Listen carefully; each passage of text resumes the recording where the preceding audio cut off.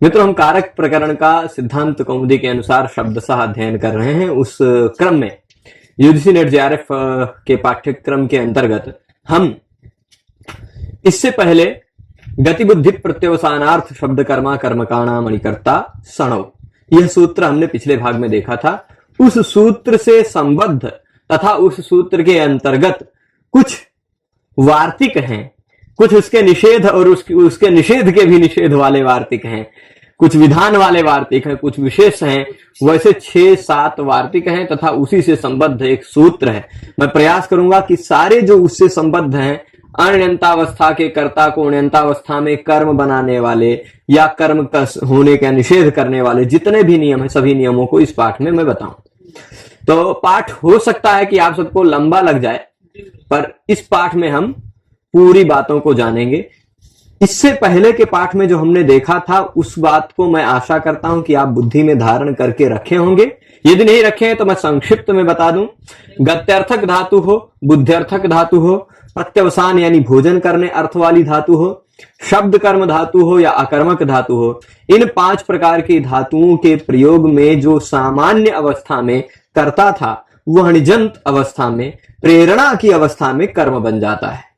हमने शत्रुन अगमयत सर्गम इत्यादि उदाहरण देखे थे, जैसे शत्रवः सर्गम अगच्छन, शत्रुगण स्वर्ग गए। यहां स्वर्ग गमन की क्रिया के कर्ता जो शत्रुगण थे सामान्य अवस्था में, वह यदि प्रेरणा अवस्था में ले जाएंगे, यानी शत्रुओं को स्वर्ग भेजा, किसी ने भेजा, शत्रुगण स्वर्ग गए थे, उनको भेजने का काम किसी ने किया, प्रेरणा किसी ने दी, यदि प्रेरणार्थक हम प्रयोग करेंगे तो शत्रवः स्वर्गम अगच्छन में जो शत्रवः करता थे वो कर्म बन जाएंगे, शत्रुन स्वर्गम अगमयत, ऐसा प्रयोग होता ना। तो इत्यादि इत्यादि उदाहरण हमने देखे थे। 5 प्रकार का ही धातु होना चाहिए, ऐसी बात हम जानते हैं। निष्कर्ष क्या है? गत्यर्थक धातु होना चाहिए, बुद्ध्यर्थक होना चाहिए, शब्द प्रत्यवसान यानी भोजन अर्थ वाली होनी चाहिए, या शब्द कर्मक या अकर्मक। अब उन्हीं प्रकार की धातुओं में 2 धातु ऐसी है जो गत्यर्थक तो है, नी मतलब ले जाना, वहन करना मतलब ढोना, ये दोनों भी गत्यर्थक ही, ले जाना ढोना। ठीक, तो नी और वह धातु, नी धातु और वह धातु के प्रयोग में भी गत्यर्थक है कि नहीं? गत्यर्थक है। तो भाई इस धातुओं के प्रयोग में जो अण्यन्तावस्था का करता है, वह अण्यन्तावस्था में कर्म होगा ना, सामान्यता सूत्र से यही है। पर वार्तिक जी क्या कहते हैं कि भाई नी धातु हो, वह धातु हो, तो गतिबुद्धि प्रत्यवसानार्थ शब्द कर्मा कर्मकाणा मणिकर्ता सणव सूत्र से जो अण्यन्तावस्था का कर्ता कर्म बनाया जा रहा है, वह कर्म नहीं होगा। उदाहरण देते हैं, जैसे देख लीजिए, भृत्यः भारम नयति। क्या है? भृत्यः भारम नयति। नयति कह दे या फिर वहति कह दे, दोनों यहां ये स्लेश लगा के कर देते हैं, आप अपना समझ लीजिए। यहां 2 वाक्य लिखा है। ठीक, भृत्या भारम नयति, भृत्या भारम वहति। भृत्य भार को ले जाता है अथवा भृत्य भार को ढोता है। दोनों में गति अर्थ है कि नहीं? नयति और वहति ये दोनों गत्यर्थक धातु हैं। सामान्यतः यदि यह वार्तिक न होता तो गत्यर्थक धातु का प्रयोग है ना। इस गत्यर्थक धातु की अण्यन्तावस्था है, सामान्यतः प्रेरणावस्था थोड़े ना है, अण्यन्तावस्था। नयति मतलब ले जाता है, लेवाता है, ऐसा तो नहीं आया ना अभी अर्थ में, है ना। तो नयति है केवल, परंतु यदि इसको हम अण्यन्तावस्था में ले जाएं, नयति को नाययति बना दें णिच प्रत्यय लगाकर, और वहति को हम वाहयति बना दें। ठीक, नयति को नाययति बना दे, वहति को वाहयति बना दे, तो अण्यन्तावस्था का जो कर्ता भृत्या था, वह अण्यन्तावस्था में, इस अवस्था में कर्म हो जाना चाहिए था ना। सूत्र के अनुसार हो जाता, पर नी वही और न ने कहा नी धातु हो और वह धातु हो, उसका अण्यन्तावस्था का कर्ता अण्यन्तावस्था में कर्म नहीं होता, यानी करता था वह करता ही रह जाता है। ठीक है, ये वार्तिक का अर्थ समझ रहे हैं? तो नी धातु हो, वह धातु हो, सामान्य अवस्था हो जाएगी नयति या वहति। इस सामान्य अवस्था अण्यन्तावस्था कहलाती है, बिना प्रेरणा वाली अवस्था कहलाती है। तो सामान्य अवस्था अण्यन्तावस्था में यह जो करता है नयन क्रिया का या वहन क्रिया का, वह णिच प्रत्यय लग जाने पर अण्यंतावस्था में कर्म हो जाता गति बुद्धि सूत्र के अनुसार। परंतु नी वही और ना ने कहा कि भाई नी धातु हो और वह धातु हो तो उसकी अण्यंतावस्था का कर्ता अण्यंतावस्था में कर्म नहीं होता, करता था वह करता ही रह जाता है। परंतु अब नाययति में जो णिच प्रत्यय लगकर तिप प्रत्यय लगा उसका अर्थ क्या होता है? प्रेरक करता, प्रयोजक करता, प्रेरक करता, जो प्रेरणा दे रहा वह करता, इसका अर्थ होगा, है ना। तो इसके द्वारा प्रेरक करता या प्रयोजक करता उक्त होगा, है ना। एक ही करता तो उक्त होगा भाई। ऐसे थोड़े ना कहेंगे, जैसे मान लीजिए स्वामी नौकर से भार लेवाता है, नौकर भार ले जाता है परंतु स्वामी नौकर से भार लेवाता है। इस स्थिति में मुख्य कर्ता स्वामी हो गया, नौकर भी करता है ना, करता है पर लेवाता है इस क्रिया के द्वारा, वो थोड़े ना नौकर लेवाता है, वो उस क्रिया के द्वारा उक्त नहीं हो पा रहा है ना, क्रिया के द्वारा वह अनुक्त हो जा रहा है। तो नाययति वाहयति इस क्रिया के द्वारा जो ले जाने वाला वृत्त है वह उक्त नहीं हो पाएगा, है ना। नाययति वाहयति वाली क्रिया के द्वारा वो थोड़े ना लेवा जा रहा है, वो थोड़े ना ढोआ रहा है, वो तो ढो रहा है। तो ढोवाने वाली क्रिया के द्वारा यह भृत्य रूपी कर्ता अनुक्त हुआ, प्रेरक रूपी कर्ता इस भृत्य का स्वामी जो है ना, स्वामी जो है वह उक्त हो गया। तो क्या अर्थ हो जाएगी? स्वामी में प्रथमा हो जाएगी, स्वामी भृत्य भारम नाययति। ठीक, भारम नाययति वैसे रहेगा, भारम वाहयति वैसे ही रहेगा, जो कर्म था वो कर्म ही रह गया। परंतु यह भृत्य जो है कर्ता है और वह कर्ता इसके द्वारा अनुक्त हुआ, कर्म नहीं बन पाया, अनुक्त हुआ, तो कर्तृकरणयों तृतीया से तृतीया लग गई, तो भृत्य क्या हो गया? भृत्येन बन गया। ठीक, तो स्वामी भृत्येन भारम नाययति, स्वामी भृत्येन भारम वाहयति। ठीक है, तो क्या हुआ? नाययति वाहयति, वा भारम भृत्येन। भृत्येन मतलब भृत्य है कर्ता, भृत्य के द्वारा भार को लेवाता या ढोवाता है, लेवाता या ढोवाता है। ठीक है, यहां फिर से समझिएगा, फिर से मैं इसका एक बार निष्कर्ष बता देता हूं। देखिएगा भाई, पहली क्रिया थी भृत्य भारम नयति अथवा भृत्य भारम वहति। ठीक, तो भृत्य करता है सामान्य अवस्था में, ण्यंतावस्था में वह कर्ता कर्म हो जाता, सामान्य नियम लगता तो, है ना। पर वार्तिक ने कहा नी वही और न, नी धातु अथवा वह धातु हो तो यह कर्ता कर्म नहीं हो पाता, तो करता था वह कर्म नहीं हो पाया, भृत्य कर्ता का कर्ता ही रह गया। पर नाययति वाहयति इसके द्वारा वह उक्त नहीं होगा। उक्त कौन हो जाएगा? लेवाने वाला, ढोवाने वाला जो स्वामी है उसका भृत्य का, वह उक्त हुआ, है ना। तो इसलिए स्वामी में प्रथमा लगेगी और फिर उसके बाद भृत्य जो कर्ता था वह अनुक्त हुआ, उसके कारण कर्तृकरण तृतीया से तृतीया लग के भृत्येन हो गया। ये पूरा कॉन्सेप्ट क्लियर है? ठीक है, तो अब इसके बाद ये तो आपने समझा कि पहले नियम ने नी वही और ना नियम ने क्या किया? गति बुद्धि प्रत्यवसानार्थ वाले सूत्र का निषेध किया। कब? नी धातु का वह धातु का प्रयोग होने पर गति बुद्धि सूत्र नहीं लगेगा, यह तात्पर्य हुआ। ये वो पूरा क्लियर है। अब उस जो वार्तिक ने निषेध किया, उस निषेध वार्तिक के लिए एक और निषेध वार्तिक, निषेध का भी निषेध यानी अनिषेध। ठीक, निषेध का भी निषेध यानी अनिषेध। क्या कह रहे हैं? वह है अनिषेध। भाई सामान्यतः तो क्या है कि वह धातु जब रहेगा तो उसके प्रयोग होने पर अण्यंतावस्था का कर्ता अण्यंतावस्था में कर्म नहीं होगा, यह सामान्य नियम है। परंतु यदि वह धातु नियंत्रिक हो तो ऐसे वह धातु का निषेध नहीं होता, निषेध नहीं होता, अनिषेध हो जाता। इसने क्या किया था? निषेध किया था ना, तो ये कह रहा है कि नहीं भाई निषेध नहीं हो पाएगा। किसका? वह धातु का। उसने किसने निषेध किया था? नी वही और ना ने। नी वही और ना ने कहा कि नी धातु वह धातु का हो तो कर्म नहीं हो पाएगा, अण्यंतावस्था का कर्ता अण्यंतावस्था में कर्म नहीं हो पाएगा। ये नी वही और ना ने कहा, निषेध किया ना। पर ये कहेगा नियंत्र कर्तृक से वह अनिषेध। अब नियंत्र कर्तृक क्या होता है? नियंत्र कर्तृक क्या होता है?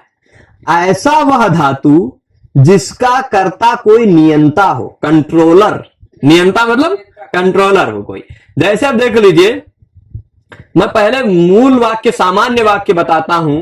क्या है? वाह कहते हैं किसको? वाह मतलब कुछ लोग बहुत बढ़िया काम करते हैं तो कहते हैं उसको वाह कहेंगे। भाई उसको मत कहिएगा वाह। वहन जो करता है वह वाह है। घोड़ों को भी वाह कहा जाता था, तो वाह, वाह मतलब अश्वाह। ठीक, जो वहन करते हैं, वाहन का भी वहन करते हैं, इसलिए वो वाह है ना। तो वाह मतलब अश्वाह, है ना। वाह रथम नयंती, वहंती, वहंती वह धातु रहेगा ना, वह धातु। तो वाह रथम वहंती। ठीक है, ये बात हुआ, पूरा क्लियर है। यहां पर वाह करता है ना, कैसे? घोड़े रथ को ढोते हैं, यह तात्पर्य हुआ। रथ को ढोते हैं ना, तो वाह रथम वहंती, खींचते हैं, वाहन करते हैं। तो अब वाह रथम वहंती, इस जगह पर वाह करता हुआ, वहन क्रिया हुई, रथ कर्म हुआ। सामान्य वाक्य में यह वाक्य कैसा है? प्रेरणा वाला है कि बिना प्रेरणा वाला? अनंतावस्था का वाक्य है, बिना अनिच का वाक्य है। प्रेरणा अर्थ इसमें नहीं आया है, ऐसा वाक्य है। तो वाह रथम वहंती, यह जो अनंतावस्था है, इस अनंतावस्था का कर्ता वाह है ना। सामान्यतः गति बुद्धि प्रत्यवसानार्थ शब्द कर्मा कर्मकाणा मणिकर्ता सणु, इस सूत्र से जब यह वहंती का वाहयति हम निच प्रत्यय में प्रयोग कर देंगे, क्योंकि भाई वाहयति एक वचन ही होगा, क्योंकि वाहन चलाने वाला ड्राइवर कोई एक का है ना। रथ में घोड़े कई हो सकते हैं, पर ड्राइवर तो एक का है ना। ऐसा थोड़े ना कि एक रथ में जितने घोड़े उतने आंकने वाला अलग अलग बैठेगा, सबका डोरा लेके वही एक बैठेगा, है ना। तो वाह रथम वहंती, पर अब उन घोड़ों को जो चला रहा है वो सूत है। सूत मतलब सारथी, है ना। तो अब देखिएगा ये कौन है? सूत, सारथी। वह अगर घोड़ों से रथ को ढुआता है या रथ का वहन करवाता है, ऐसा हम कहना चाह रहे हैं, तो यह प्रेरक हुआ कि नहीं? प्रेरणार्थक वाक्य हुआ ना। प्रेरक एक है सूत, इसलिए एक वचन हुआ। वाहयति यहां एक वचन कहा गया, स्तिप प्रत्यय के द्वारा उक्त होगा कर्ता, पर कैसा कर्ता? प्रेरक कर्ता। तो सूता हमने एक वचन लगा दिया, ठीक, सूता एक वचन लग गया। पर अब यहां पर वह धातु का प्रयोग है ना, गत्यर्थक है कि नहीं? सामान्यतः गति बुद्धि प्रत्यवसानार्थ शब्द कर्मा कर्मकाणा मणिकर्ता सणौ ने क्या कहा कि गति बुद्धि वाले सूत्र ने कहा कि भाई गत्यर्थक धातु का प्रयोग है, इसलिए अण्यंतावस्था में जो कर्ता वाहा था उसको ण्यंतावस्था में कर्म वाहन बना दो, ऐसा गति बुद्धि ने कहा। परंतु ये नि वही और न जी आ गए, कहे भाई नि धातु हो या वह धातु हो तो फिर कर्म ना बनाओ, है ना। पर इसने क्या कहा कि भाई यदि नियंत्र कर्तृक हो तो ऐसे वह धातु का निषेध न करो, अनिषेधा, उसका निषेध नहीं होगा, यानी कर्म संज्ञा हो जाएगी। जो गति बुद्धि प्रत्यवसानार्थ शब्द कर्मा कर्मकाणा मणिकर्ता सणौ सूत्र करना चाहता है वह कार्य होगा, उसका इस वार्तिक के द्वारा निषेध नहीं हो पाएगा। यानी निषेध का निषेध करना तात्पर्य क्या है? इस सूत्र ने, इस वार्तिक ने निषेध किया वह धातु का, इसने उसका भी निषेध कर दिया। तो ये निषेध का निषेध मतलब जीरो हो गया। गुणे बाई गुणे कर देते हैं, जीरो हो जाता है ना, कुछ नहीं बचता है। तो वैसे ही हो गया, मतलब जो सूत्र कहना चाह रहा था, जो सूत्र काम कर रहा था, वही काम हो जाएगा, ठीक है। पर आपको बुद्धि में इतना जरूर ध्यान रखना है कि सामान्यतः गति बुद्धि प्रत्यवसानार्थ शब्द कर्मा कर्मकाणाम ने कहा कि ये वाह जो करता है अण्यंतावस्था के, इसको अण्यंतावस्था में आप कर्म बना दो। पर नि वही और न ने निषेध किया, उसका भी यह नियंत्र कर्तृकस्य वहेर निषेधा ने उसको भी रोक लिया और निषेध नहीं हो पाया। कर्म संज्ञा हो गई, कर्म संज्ञा हो गई तो कर्मणि द्वितीया से द्वितीया लग गई तो वाहन हो जाएगा ना। वाहा था वाहन हो जाएगा। वाहन रथम वाहयति, ठीक, वाहन रथम वाहयति सूता। देखिए यहां वाहन है, ये रथम है, ये वाहयति, ये सूता है, पूरा वाक्य हो गया। पर अब नियंत्र कर्तृक का तात्पर्य इस वार्तिक में क्या है वो आप शायद न समझे हो तो बता दूं। भाई ये कर्ता जो है ना, घोड़ा, सामान्यतः उनका भी कोई एक नियंता बन के कर्ता बैठा है, सारथी, सूत, वो नियंता है ना। उन पर नियमन करता है ना, इसलिए नियंत्र कर्तृक वह धातु। सामान्य कोई वह धातु हो तब तो निषेध हो जाएगा, सामान्य वह धातु हो तो निषेध हो जाएगा। परंतु अगर नियंत्र कर्तृक वह धातु हो, मतलब उसका कर्ता कोई नियंता हो, तो वह धातु का निषेध नहीं होगा। उसका अनंतावस्था का कर्ता अनंतावस्था में कर्म बन जाएगा। यह वार्तिक इसका भी क्लियर हो गया। नियंत्र कर्तृक से वह निषेधा केवल एक ही उदाहरण मिलेगा, इसका नी वही और का नायति वाहयति हो जाएगा। यहां कर्म संज्ञा नहीं हो पाई तो भृत्येन कर्ता ही रह गया। यहां क्या हुआ, निषेध नहीं हो पाया, कर्म संज्ञा हो गई, तो दूसरा वाक्य इस प्रकार का है, दूसरा वाक्य इस तरह बना सकते। वह धातु अब क्या और कौन वहन करेगा? चलिए ठीक है, कोई दूसरा वाहन करवा देते हैं। आप अपने कार का वाहन कर रहे हैं ना, है ना? तो वाहनम, चलिए वाहन जी, वाहन ब्रह्मा जी को ले जा रहा है, ठीक। वाहनम ब्रह्मांडम नयति, ठीक। वाहनम ब्रह्मांडम नयति, तब ब्रह्मा जी को वाहन ले जा रहा है। अब वाहन कर्ता हो गया, वाहन को हमने कर्ता बना दिया स्वतंत्र रूप से, जिसको भी बोल सकते हैं, वो ब्रह्मा जी को ले जा रहा है, ठीक। अब ब्रह्मांडम वहति, वहति, ठीक है। अब कोई वाहनम ब्रह्मांडम वहति, ये हो गया। अब वहन क्रिया का कर्ता वाहन, ब्रह्मा कर्म और वहति, ये क्रिया हो गई। अब इस क्रिया का वहति का यदि हम वाहयति ले जाएं, मान लीजिए आप गाड़ी चला रहे हैं, नियंता हो गए हैं उस कर्ता के, उस गाड़ी के, है ना। अब गाड़ी था, स्वतंत्र रूप से बोला गया था, पर अब हम उस गाड़ी को स्वतंत्र ना बोल करके आपके परतंत्र बना दिए, तो झा जी अमिता, है ना। अमिता किम, अमिता क्या वाहन था ना, तो वाहन का वाहनम ही रह जाएगा। वह क्या हो जाएगा, वो कर्म बन जाएगा। तो वाहन भले करता था तो भी वाहनम था, कर्म बना तो भी वाहनम ही रह जाएगा, है ना। नपुंसक लिंग है इसलिए। अमिता वाहनम ब्रह्मांडम नयति वाहयति, है ना, वाहयति हो जाएगा, ठीक है। तो ऐसे उदाहरण भी बना सकते हैं। बात कॉन्सेप्ट आपको क्लियर होना चाहिए। कॉन्सेप्ट क्या है, वह धातु का प्रयोग होना चाहिए। वह धातु का प्रयोग यदि किसी नियंत्र कर्तृक हो तब फिर, यानी कर्ता कोई नियंता होता तो निषेध नहीं हो पाता, कर्ता कर्म बन जाता है। अनियंतावस्था का कर्ता अनियंतावस्था में कर्म बन जाता है। परंतु यदि कोई नियंता ना हो तो नहीं हो, है ना। मान लीजिए ड्राइवर ही नहीं, ड्राइवर चला गया और फिर कोई गाड़ी में सो रहा है ना। और गाड़ी के आगे ढलान पे गाड़ी खड़ी थी, आगे ईंटा रख दिया था, ईंटा किसी ने सरका दिया, अब गाड़ी अपने आप ले जा रही है, तो नियंता नहीं करता, तब फिर नहीं होगा, तो नहीं वही और ना लग जाएगा। नियंता उसका कोई करता नहीं है, उस गाड़ी को ले जाने वाला कोई नहीं है। या फिर मान लीजिए रथ पे बैठ के सो रहा था और घोड़े भी थोड़ी देर खड़े थे, अब ड्राइवर उतर के चला गया रथ का, तो घोड़े लेके भगने लगे, तो वहां नियंता उसका करता नहीं रह जाएगा, है ना। तो फिर तो वहां पर क्या हो जाएगा, वाह वो कर्म, वाह कर्म नहीं हो पाएंगे, है ना। अब फिर मान लीजिए उनका कर्ता, वहां फिर दूसरा कोई कर्ता, घोड़ों का प्रेरक तो कोई लेना पड़ेगा ना। घोड़े क्यों भगे, क्यों जा रहे हैं, देख लीजिए। जैसे वाहा रथम वहंती, ऐसा है। पर अब वाहा रथम अगर सारथी लेके चला रहा है, वहन कर रहे हैं, तो वैसा हो जाएगा, तो नियंता करता है। परंतु अगर सारथी रथ पे नहीं बैठा है, सारथी उतर के गया था थोड़ी दूर चाय पान वान लेने, तब तक वो रथ लेके भग गए घोड़े, है ना, अपनी इच्छा से चले गए, तब उनका प्रेरक तो कोई है ही नहीं। आप ऐसा सोचेंगे, नहीं हम कल्पना कर लेंगे, उनकी इच्छा उनकी प्रेरिका होगी, है ना। तो इच्छा को कर्ता बना देंगे, पर इच्छा उनका नियंता थोड़े ना है ना। तो इच्छा क्या हो जाएगा, यहां वाह करता रह जाएंगे, कर्म नहीं हो पाएंगे। इच्छा वाहई, इच्छा वाहई रथम वाहयति, ठीक। नियंता नहीं रहेगा तो वैसा हो जाएगा। पर अगर नियंता सारथी बैठा है तो वाहन हो जाएगा, तो कर्म हो जाएगा, है ना। अगर नियंता नहीं होता, वो इच्छा अपने इच्छे से घोड़ा लेके भाग गए होते, नियंता नहीं होता, तो फिर क्या होता, तो यहां नियंत्र कर्तृक से वहेर निषेधा, अनिषेध नहीं हो पाता, निषेध हो जाता।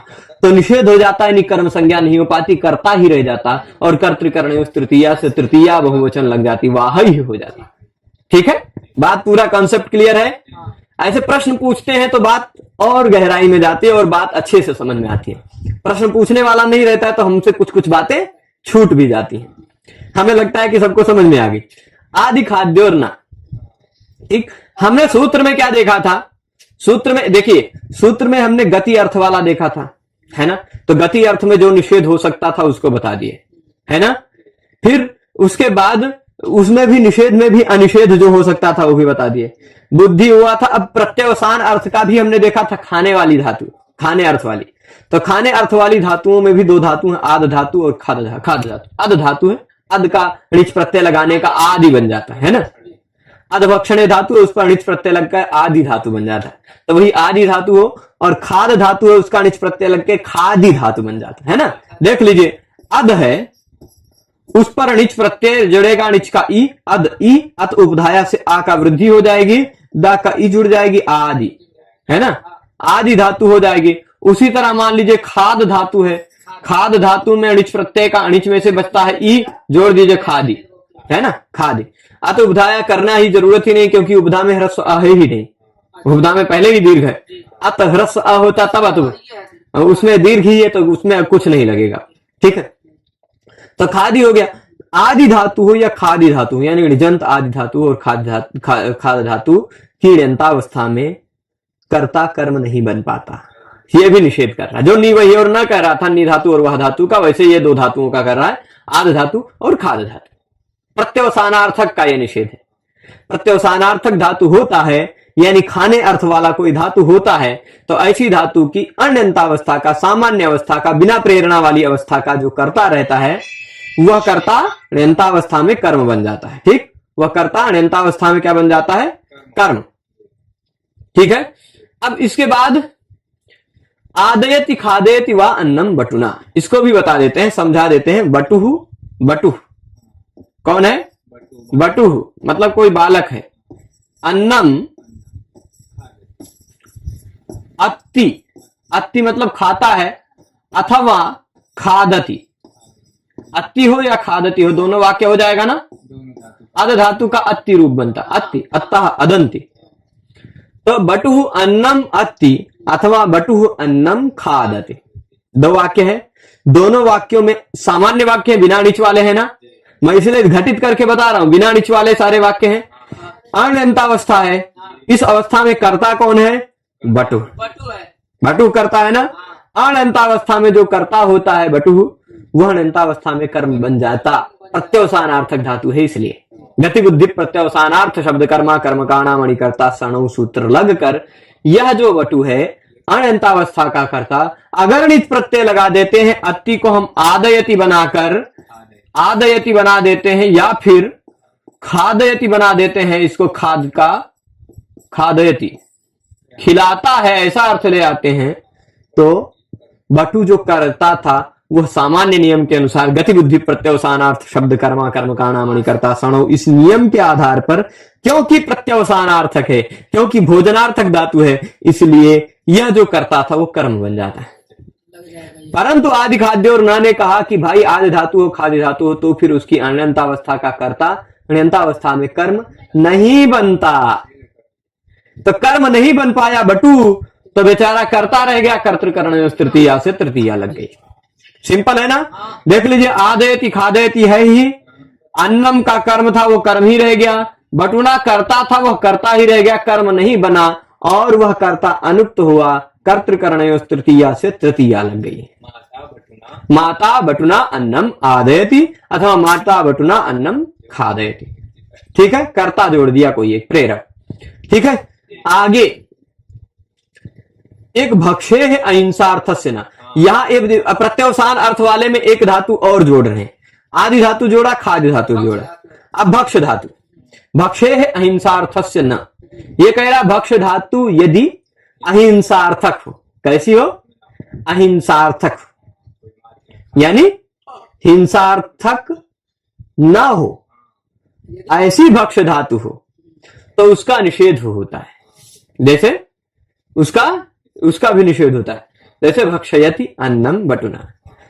देखिए बटुहु अन्नम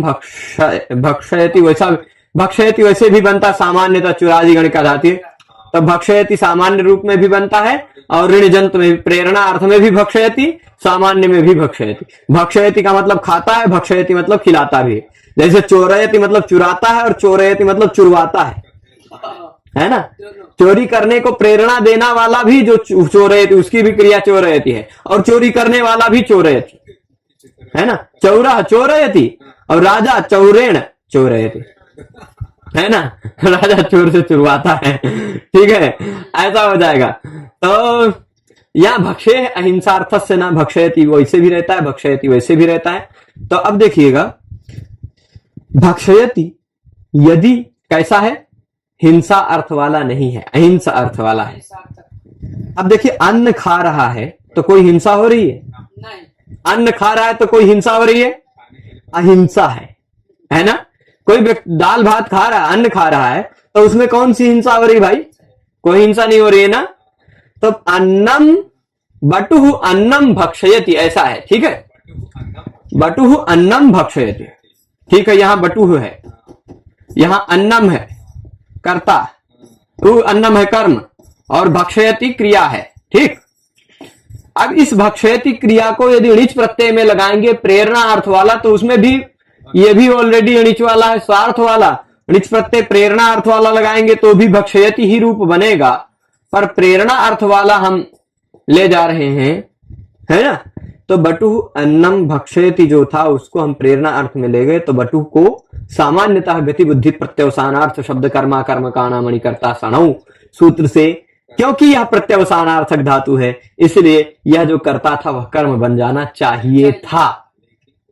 परंतु भक्षे अहिंसार्थक से ना कहा कि भक्ष धातु यदि अहिंसार्थक हो, अन्न खाना कोई हिंसा नहीं है, भक्ष धातु यदि अहिंसार्थक हो तो उसके कर्ता को अण्यन्तावस्था में हम कर्म नहीं बना सकते, न वह कर्ता करता ही रह गया, तो बटुना बन गया, कर्तृकर्म में तृतीया लग गई। मातुला बटुना अन्नम भक्षयति, अथवा माता जी बटुना अन्नम भक्षयति, ठीक है। ये बात क्लियर है। अब पूछ रहे हैं कि भक्षे अहिंसार्थस्य, इस वार्तिक में आप अहिंसार्थस्य क्यों कह रहे हो, है ना। तो तात्पर्य क्या होगा? हिंसार्थक होगा तब हो जाएगा, अहिंसा अर्थ वाला होगा तो कर्म नहीं होगा, परंतु हिंसार्थक होगा तो हो जाएगा। जैसे बलिवर्दा, बलिवर्द किसको कहते हैं जानते हैं? बलिवर्द मतलब होता है बैल, जिसको सांड आप कह सकते हैं, है ना, जो आजकल योगी बाबा के सरकार में बहुत फेमस है। बलिवर्दा, और यही काम करते हैं, यही काम करते हैं बलिवर्दा। सांड किस लिए प्रसिद्ध हैं? क्योंकि सस्य को यानी फसल को खा जाते हैं, है ना। किसको खा जाते हैं? फसल को। सस्यम बलिवर्दा सस्यम भक्षयति, सस्यम है यहां अनुसार लगा है, और भक्षयति है। अब बलिवर्द यानी बैल फसल खा रहा है, तो फसल खाना हिंसा है कि नहीं?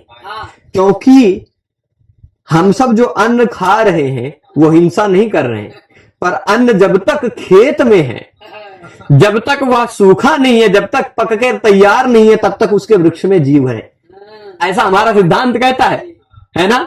तो फसल को ही खा ले रहा है बलिवर्द, यानी हिंसा हो रही है, हिंसा है ना।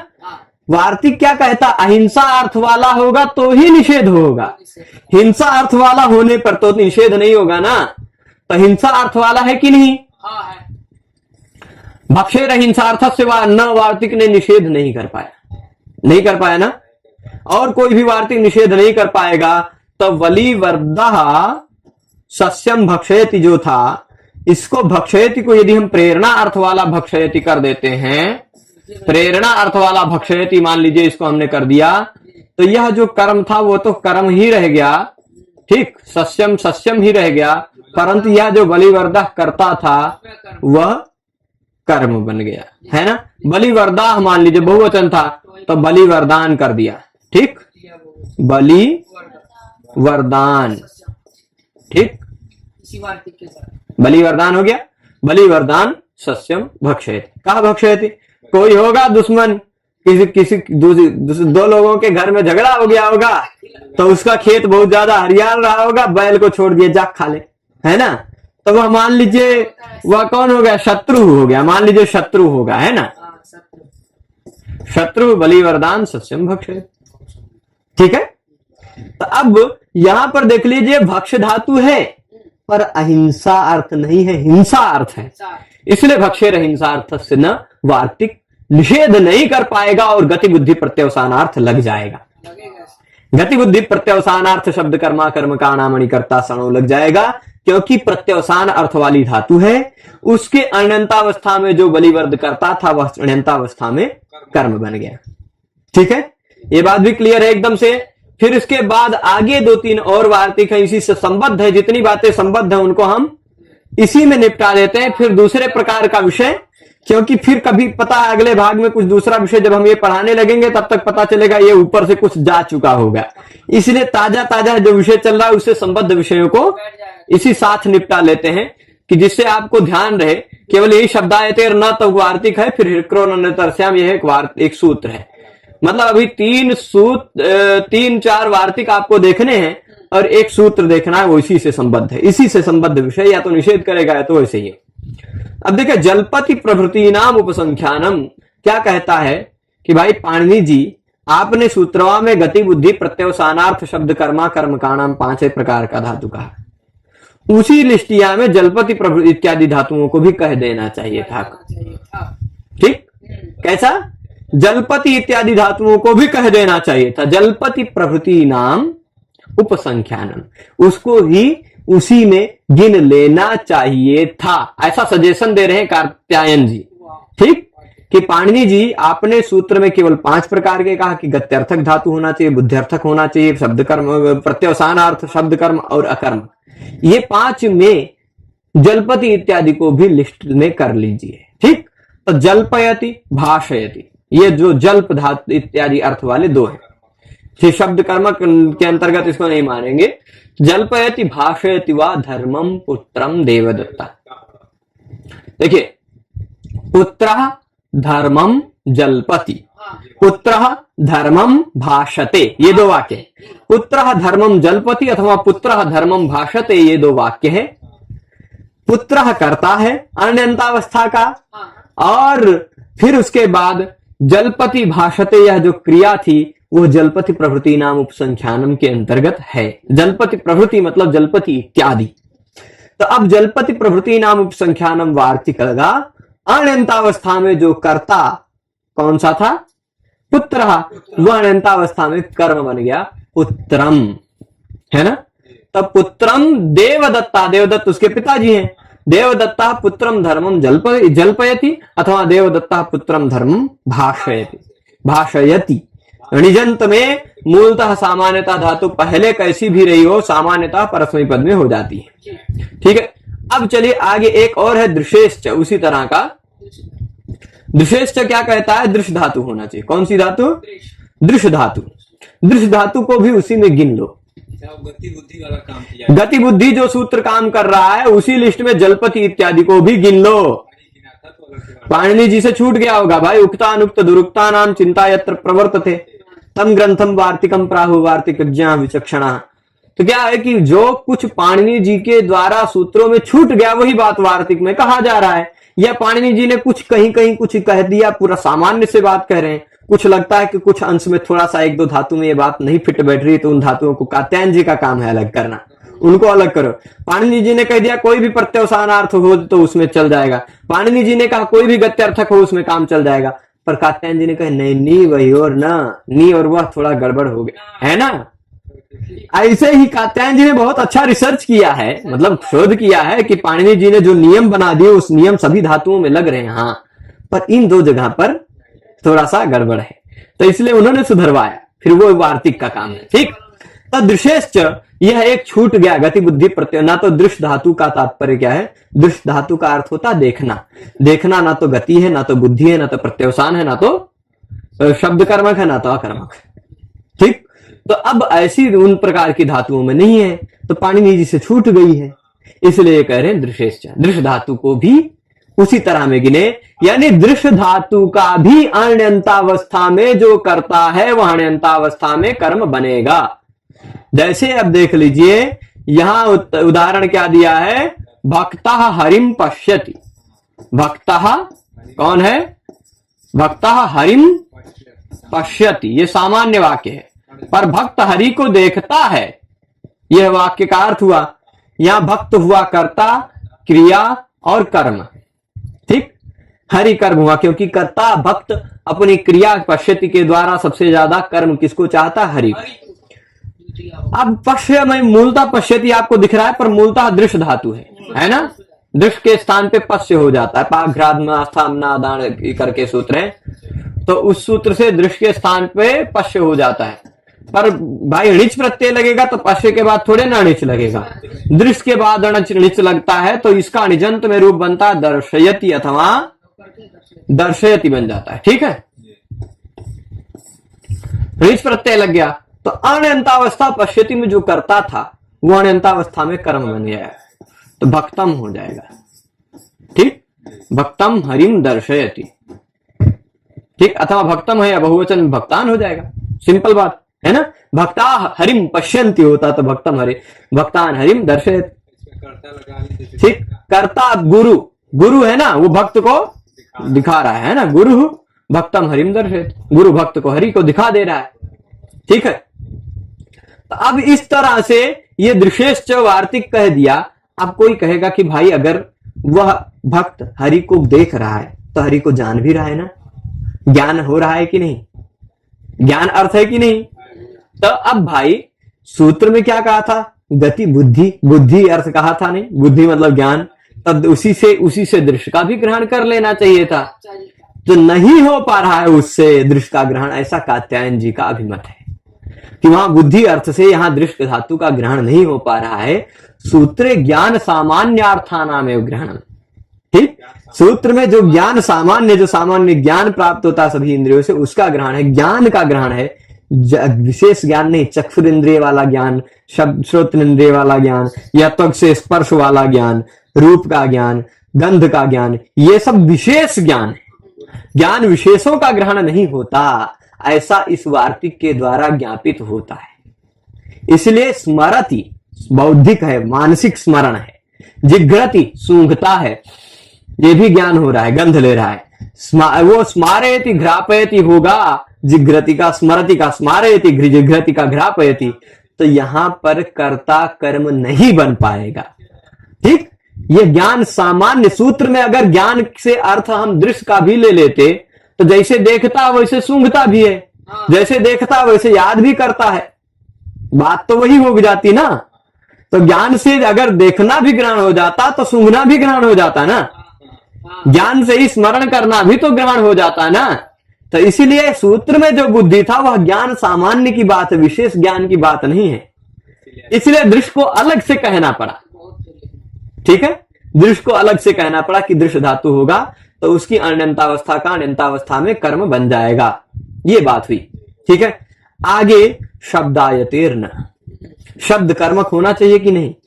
शब्दायते का तात्पर्य क्या होता है, शब्द वैर कलहाभ्रकण्व मेघेभ्य करणे, एक सूत्र है, नाम धातु प्रकरण पढ़ेंगे तब उसका तात्पर्य क्या होता है। देखिए सिद्धांत कौमुदी में नाम धातु प्रकरण में इसका अर्थ क्या होता है, शब्दम करोति, शब्दम करोति का तात्पर्य क्या होगा, शब्दायते। अब शब्दायते में कहीं आपको कर्म नहीं दिखाई पड़ रहा है ना, शब्दायते में कहीं कर्म नहीं दिखाई पड़ रहा है, पर शब्दायते में इसी धातुए में कर्म छिप गया है ना। शब्दम करोति, धातु में ही शब्दम छिपा हुआ है ना। यहां क्या कह रहे हैं, धात्वर्थ संग्रहित कर्मकत्वेन, धातु ने कर्म को संग्रह कर लिया, अपने अंदर ही ले लिया, शब्दायते ही धातु बन गया, इसमें कर्म शब्दम छुप गया है। तो धात्वर्थ ने कर्म को संग्रहित कर लिया, इसलिए यह अकर्मक हो गया। अब इसका कोई दूसरा कर्म है क्या शब्दायते का, तो इसलिए क्या हो गया, यह अकर्मक है। शब्दायते कैसा है, अकर्मक है। सूत्र ने क्या कहा था, गति हो, बुद्धि हो, शब्द कर्मक हो, अकर्मक हो, प्रत्यवसान, ये 5 प्रकार कहा था। अकर्मक धातु होगा तो उसका भी अण्यंतावस्था का कर्ता, अण्यंतावस्था में कर्म बनना चाहिए ना।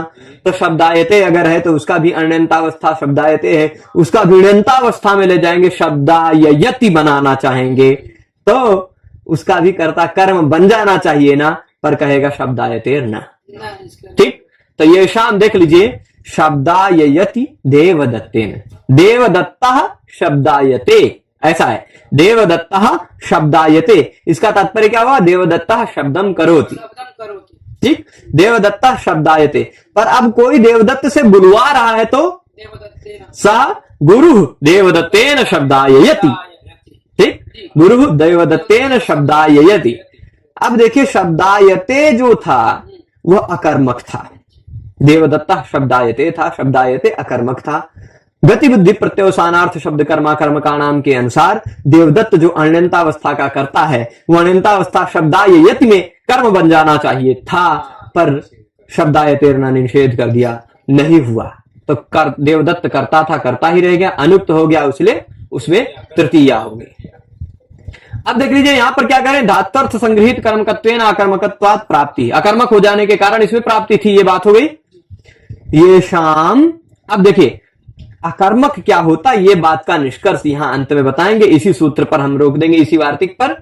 फिर इसके बाद जो हृक्रोर अन्यतरस्याम के अंतर्गत है, हृक्रोर अन्यतरस्याम इसी से संबद्ध है। आप सब अगर पके नहीं होंगे बताएंगे तो बता देंगे, और अगर पक गए होंगे तो उसको अगले भाग में देख लेंगे। यद्यपि इसी से संबद्ध है, तो देखिए शब्दायति देवदत्तेन, यहां ये क्या करे, अकर्मक क्या है और सकर्मक क्या है। जैसे देख लीजिए पठति कहा गया, क्या पठति, पुस्तकम पठति, ऐसा पुस्तकम का प्रयोग हो सकता है कर्म का, तो पठति का सकर्मक है। खादति, रोटिकाम खादति, कर्म का प्रयोग हो सकता है, सकर्मक है। परंतु मान लीजिए हम खाली कह दें अरुणः खादति, क्या खा रहा है नहीं कह रहे हैं, तो कर्म का प्रयोग नहीं है ना, तो इसको भी अकर्मक कह सकते हैं ना। अरुणः खादति, इसका हम वाच्य प्रयोग करेंगे, अरुणेन खाद्यते, ये कौन सा वाच्य रहेगा, कर्मवाच्य नहीं रहेगा, भाववाच्य होगा, क्योंकि कर्म है ही नहीं तो कर्मवाच्य कैसे बनाएंगे आप। कर्म जब तक है नहीं तब तक कर्मवाच्य कैसा। अरुणेन खाद्यते में खाद्यते प्रत्यय, खाद्यते में जो प्रत्यय लगा उसका अर्थ भाव है, यदि कर्म होता तो कर्म में लगता ना, है ना।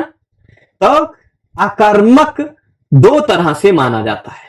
एक अकर्मक क्या है, जिसके साथ कर्म का प्रयोग हो ही ना सके वह अकर्मक है। एक अकर्मक वह है जिसके साथ कर्म का प्रयोग हो तो सकता है, परंतु हमने जो वाक्य बोला है उस वाक्य में प्रयोग नहीं किया है, वह भी अकर्मक ही है उस दशा में, क्योंकि कर्म का प्रयोग नहीं किया तो अकर्मक। भाई रामः पुस्तकम पठति, इस जगह पर हम पुस्तकम का प्रयोग कर रहे हैं कर्म का, तो सकर्मक वाक्य है, परंतु रामः पठति केवल कह दिए, पुस्तकम का प्रयोग नहीं किए, तो यह वाक्य अकर्मक है, बिना कर्म का वाक्य है ना। तो अब बताइए यहां पर प्रश्न ये उठा रहे हैं कि भाई गति बुद्धि प्रत्यवसानार्थ शब्द कर्मा कर्मकाणा मणिकर्ता सणो, इस सूत्र में अकर्मक कौन से वाले अकर्मक की बात कर रहे हो, कि जिससे कर्म का प्रयोग हो ही नहीं सकता वैसा वाला कर्म आप कह रहे हो, कि जिसके साथ हमने प्रयोग नहीं किया वैसा वाला भी कर्म अकर्मक चल जाएगा, ऐसा प्रश्न पूछे। उसका समाधान दे रहे हैं कि भाई जिनका देश और काल से भिन्न, भाई अकर्मक जो धातु है ना, अकर्मक धातुओं के प्रयोग में भी देश और काल कर्म बन सकता है। मासम आस्ते, है ना, देश और काल को कर्म विशेष परिस्थितियों में बनाया जा सकता है, फिर भी वो अकर्मक ही रह जाते, है ना। तो देश काल इत्यादि से भिन्न कोई कर्म नहीं हो सकता, वही अकर्मक है। अकर्मक धातु कैसा भी अकर्मक धातु क्यों ना हो, हम अगर चाहें तो उसमें देश और काल के रूप में कर्म की कल्पना कर सकते, है ना। तो इसीलिए क्या कहा इन्होंने कि देश काल इत्यादि से भिन्न कोई कर्म ना हो सके वही अकर्मक है।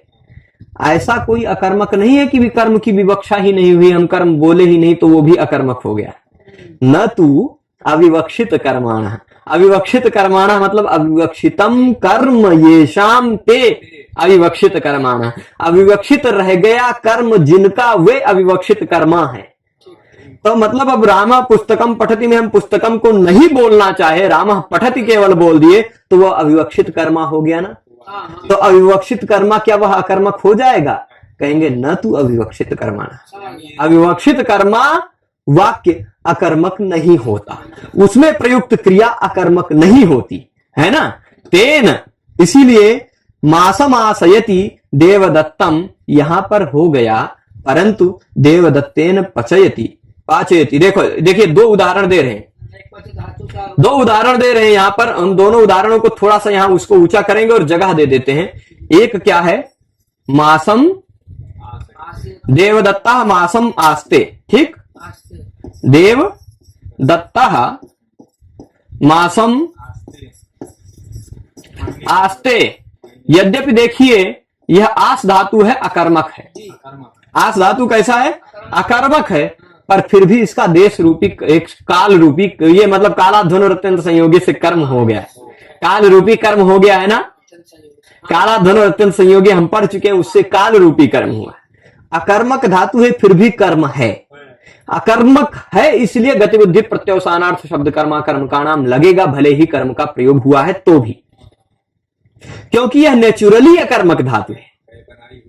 ये बनाई हुई अकर्मक धातु नहीं है, यह स्वभावतः अकर्मक धातु है। और इस अकर्मक के प्रयोग में भी कर्म का प्रयोग हुआ है, किससे? काला ध्वनि और अत्यंत संयोगे से। ये विशेष प्रकार का देश काल इत्यादि से भिन्न कर्म नहीं होता, वही अकर्मक है। यानी देश काल रूपी कर्म हो तो भी अकर्मक माना जाता है, तो भी अकर्मक माना जाता है। तो अब देख लीजिए, यह देख लीजिए यहां पर क्या है? मासम आस्ते था, यह अकर्मक माना गया वाक्य, और देवदत्त करता था, वह कर्म बन गया, है ना? तो देवदत्तम बन गया, देवदत्तम मासम आसयति, आसयति हो गया ना। अब गुरु जी उसके कह दिए, गुरु हैं, गुरु ने कहा देवदत्त तुम यही महीने भर रुकना, तो गुरु देवदत्तम मासम आसयति हो गया ना। यहां पर हो गया, भले कर्म था फिर भी। अब दूसरा एक उदाहरण दे देते हैं, जहां पर देख लीजिए, देवदत्ता पचति, इसी देवदत्त को रहते हैं, देवदत्ता पचति, इसी देवदत्त जी को पकड़ लेते हैं, क्योंकि बेचारे बहुत सीधे साधे हैं, है ना। पूरे व्याकरण में इन्हीं को पकड़ के रखेंगे, छोड़ेंगे नहीं, सीधे साधे, जो काम करवाना चाहते हैं पूरा काम कर देते हैं देवदत्त जी। तो देवदत्ता पचति है, पच धातु अकर्मक है कि सकर्मक है? भोजनम पचति, रोटिकाम पचति, शाकम पचति, सकर्मक है। कर्म का प्रयोग इसके साथ हो सकता है, हो सकता है ना। तो यह सकर्मक धातु है, पर हमने कर्म बोलना नहीं चाहा, साधारणतया देवदत्ता पचति रह गया, है ना। यह द्विकर्मक धातु भी है, पर फिर भी हम कर्म नहीं बोलना चाहे तो, कर्म नहीं बोलना चाहे, देवदत्ता पचति केवल बोलना चाहे तो इस दृष्टि से, एक दृष्टि से यह अकर्मक हो गया। पर पाणिनि जी के सूत्र गति बुद्धि प्रत्यवसानार्थ शब्द कर्मा कर्मक, उस वाले सूत्र में जो अकर्मक कहा गया है, वो इस प्रकार वाला अकर्मक नहीं कहा गया है। जो नेचुरली अकर्मक है वो ऐसे अकर्मक कहेगा, ठीक। तो ये वाला अकर्मक उस अकर्मक के अंतर्गत नहीं माना जाएगा, इसलिए देवदत्त जो करता है वह कर्म नहीं हो पाएगा, इसलिए देवदत्तेन पाचयति होगा, ठीक है। तो ये बात समझ गए, देवदत्तेन पाचयति इत्यादि तु कर्मक, है ना। तो ये इतनी बात समझ गए हैं। अब यदि कहेंगे तो इसी से संबद्ध हृक्रो रण्यतरस्याम, और ये एक वार्तिक है, तो ये विषय ही खत्म हो जाएगा। ये दो ही है, इसके बाद ये विषय ही खत्म हो जाएगा। इसके बाद दूसरा सूत्र आएगा, आप देखेंगे कौन सा दूसरा सूत्र इसके बाद आएगा, अभिनिविशस्य आ जाएगा, वो फिर महत्वपूर्ण है, मतलब इस तरह प्रकार का विषय ही खत्म हो जाएगा, तो इसको खत्म ही कर देते हैं। हृक्रो रण्यतरस्याम, ये जो काम गति बुद्धि प्रत्यवसानार्थ शब्द कर्मा कर्म का नाम अणिकर्ता सणु कार्य करता है, वही का वही कार्य यह सूत्र विकल्प से करता है, बस, ठीक। वह केवल गति बुद्धि प्रत्यवसानार्थ शब्द कर्मा कर्म का नाम अणिकर्ता सणु ने कहा था। गत्यर्थक धातु, बुद्ध्यर्थक धातु, शब्द प्रत्यवसानार्थक धातु, शब्द कर्म धातु और अकर्मक, इन 5 धातुओं का अण अंतावस्था का कर्ता अणिच प्रत्यय प्रेरणा अवस्था में कर्म बन जाता है। यह जो बात गति बुद्धि वाले सूत्र ने कही थी, वही यह सूत्र कहता है। ह्री धातु हो और क्री धातु हो तो अण्यंतावस्था का कर्ता अण्यंतावस्था में विकल्प से कर्म होता है, बस उतनी ही बात। केवल वह 5 प्रकार की धातु कही थी, ये हृक्रो हो, ह्री धातु और क्री धातु, ठीक, हरति है और करोति है, ठीक। तो इनका अब देख लीजिए उदाहरण से एकदम क्लियर हो जाएगा। यह क्या करें, हृक्रो हो, ह्री धातु और क्री धातु का अणु यह करता, अण्यंतावस्था में जो करता है वह अणु, वह अणिच प्रत्यय में विकल्प से कर्म होता है, वह कर्म संज्ञा से, विकल्प से कर्म संज्ञा होती है। जैसे अब उदाहरण देते हैं, हारयत क्या है, भृत्या, मूलतः देख लीजिए, भृत्या कटम करोति, ठीक है, भृत्या कटम करोति अथवा हरति, ठीक। कट कहते हैं चटाई को, ये जिसपे हम खड़े हैं, दरी जिसपे बिछाया जाता है वो कट है, ठीक, बैठते बिछा के बैठते हैं वो कट है। तब भृत्या कटम करोति। पहले के समय में लोग दरी चटाई वटाई रस्सी से बीन के बना लेते थे, बांध के लपेट के या बुन के, है ना। तो भृत्या कटम करोति, अथवा ढेर सारा कट बना लिया, उसको उठवाएंगे कि भाई यहां से उठा के वहां बिछा दो, तो उठा के ले जाएगा, है ना, हरति। ठीक, तो भृत्या कटम हरति कहिए, भृत्य कट को ले जाता है, हरण कर रहा है, अथवा भृत्य कट को बना रहा है, नौकर। दोनों अवस्था में करोति है या हरति है, कर्म वही है। भृत्य का करने की क्रिया के द्वारा अभीष्टतम है कट, इसलिए कर्म है। भृत्य का हरण क्रिया के द्वारा इष्टतम है कट, इसलिए वह कर्म है। ये तो हुई बात। करोति और हरति, इन दोनों का कर्ता कौन है? भृत्य। अण्यंतावस्था में यह ह्रीक्रोह अण्यंतावस्था में करता है कि नहीं? ह्री धातु का और क्री धातु का अण्यंतावस्था में यह जो करता है भृत्य, वह अण्यंतावस्था में यही करति यदि करोति यदि कारयति हो जाए। यहां मैं थोड़ा सा नीचे करके इसको लिखता हूं, थोड़ा ज्यादा अच्छा रहेगा। थोड़ा सा 1 मिनट ऊपर चलिए तो प्रभु आप, यहां पे ज्यादा अच्छा रहेगा, है ना। यहां पर देखिएगा क्या था, भृत्या था ना, भृत्या कटम करोति था या हरति था, तो करोति या हरति। अब यह देख लीजिए, भृत्या जो था वह अण्यंतावस्था, यदि करोति यही कारयति हो जाए, क्या हो जाए? कारयति। हरति या हारयति बन जाए, क्या? हारयति, णिच प्रत्यय लगकर। कारयति या हारयति, ये ठारयति मत पढ़िएगा, ये हारयति है, ठीक है। तो णिच प्रत्यय हो गया। तो अण्यंतावस्था का जो कर्ता भृत्य था, वह अण्यंतावस्था में विकल्प से कर्म बनेगा, विकल्प से कर्म बनेगा। तो जब कर्म बनेगा तो भृत्यम बन जाएगा, और जब कर्म नहीं होगा, कर्ता ही रह जाएगा, तो अनुक्त कर्ता हो जाने के कारण कर्तृकरण तृतीया हो जाएगी। तो तृतीया भी भृत्येन भी होगी। भृत्येन कटम कारयति, भृत्येन कटम हारयति, ये भी होगा। जब कर्म नहीं हो पाएंगे तब, कर्ता ही रह जाएंगे तब, और जब कर्म हो जाएगा तो भृत्यम कटम कारयति, भृत्यम कटम हारयति। ठीक है, 4 वाक्य बनेंगे। यहां एक ही वाक्य में 4 वाक्य लिखा हुआ है ना। वो आपको वाह समझना है। वाह से कैसे समझना है, चारों वाक्य निकाल के दिखा दें यहीं पे, देख लीजिए। भृत्यम, यहां एक कोई कर्ता और जोड़ दीजिए जो भृत्य को प्रेरा, स्वामी ले लीजिए। ठीक, भृत्य है तो स्वामी होगा उसका कोई, तो स्वामी भृत्यम कटम कारयति, है ना। स्वामी भृत्यम कटम हारयति, 2 वाक्य हो गया। अथवा फिर स्वामी भृत्येन कटम कारयति, स्वामी भृत्येन कटम हारयति, 4 वाक्य हुए इसी में। क्लियर है इतना। इसके बाद इसी तरह का ह्रीक्रोरण्यतरस्याम सूत्र का केवल इतना ही निष्कर्ष हुआ। जो काम गतिबुद्धि प्रत्यवसानार्थ शब्द कर्म कर्म काणा मणिकर्ता सणु, यह सूत्र नित्य कर रहा था, वही का वही कार्य ये वार्तिक से विकल्प से कर रहा है। अन्य तरह से वार्तिक नहीं सूत्र है, उसी के तुरंत बाद का सूत्र, वो 52 नंबर का था, 53 नंबर। ठीक है, अब केवल 2 धातु और बचती हैं, अभिवादी और दृश्य। दृश्य धातु आ चुका है पहले भी, यहां भी आ चुका है। वो दृश्यश्च दर्शयति था, दर्शयति। ये कह रहा अभिवादी धातु, अभि उपसर्ग से युक्त वद धातु णिच प्रत्यय लगकर अभिवादी बन गया हो, अभिवादन करना, प्रणाम करना, है ना। अभिवादय धातु हो और दृश्य धातु हो, इन दोनों का णिच प्रत्यय में आत्मने पद में प्रयोग हुआ हो। दर्शयति ना हो, दर्शयत ये हो, दर्शयते हो। अभिवादयति ना हो, अभिवादयते हो। ठीक, अभिवादी धातु हो अथवा दृश्य धातु हो, उसका अणिजंत में आत्मने पद में प्रयोग हुआ हो, तो भी इसी तरह विकल्प से अनंतावस्था का कर्ता अनंतावस्था में कर्म बनेगा, विकल्प से बनेगा। ठीक, तो अभिवादी था वह आत्मने पद में अभिवादयते है ना। इसका मूलतः जो करता था भक्ता, भक्ता अभिवदति, भक्त अभिवादन करता है, भक्त प्रणाम करता है। ठीक, तो भक्त प्रणाम करता है, गुरु ने कहा कि प्रणाम करो। भक्त किसको प्रणाम करता है? देव को। भक्ता देवम अभिवदति। ठीक, अब इसको अणिच प्रत्यय लगाकर आत्मने पद में प्रयोग करना चाह रहे हैं, अभिवादयते करना चाह रहे हैं।